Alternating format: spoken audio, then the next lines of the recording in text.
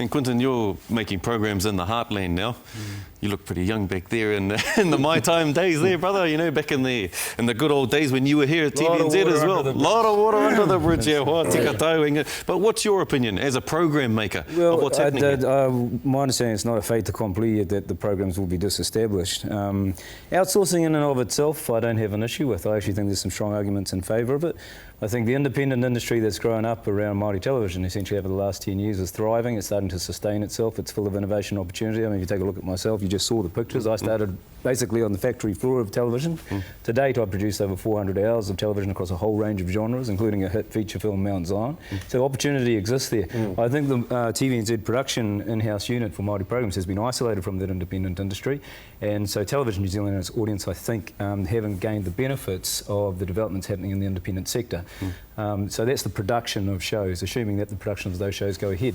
The bigger issue is what is the ongoing commitment to Māori programs. Engari, he wahanga rānei o tō ngākau e pauri ana ki te whakakorenga mai o te tari Māori kua toru te koutou nei a hāpai ana e nei hōtaka. Well, yeah, no, they are heritage shows, but as long as they're put into a safe pair of hands, both technically and culturally, I don't particularly have an issue with that. I think the bigger issue is what is the ongoing commitment on our state broadcaster to Māori input in and on screen. And let's be honest, we have no leverage. This is the issue.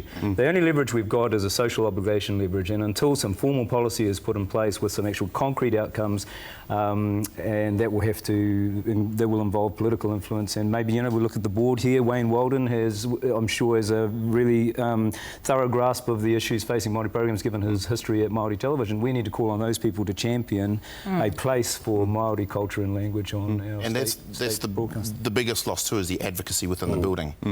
Because once you go out of the building, you don't have a general manager of the department. You don't have that department who are advocating for the Māori perspective. It was difficult, full stop, actually even being inside of the building advocating for it.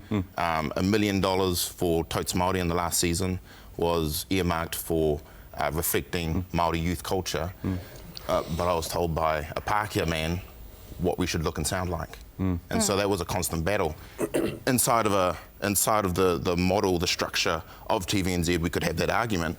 Once you're outside, you've got to do what you're told or you don't get the funding. I would make the distinction between production and a department that helps advise TVNZ. I mean, the ideal outcome would be some formal policy that I imagine would include a Māori expert at a management exec level. Would include a specialist commissioner that proactively solicits and seeks out Māori programs in the independent industry and builds relationships in the independent industry.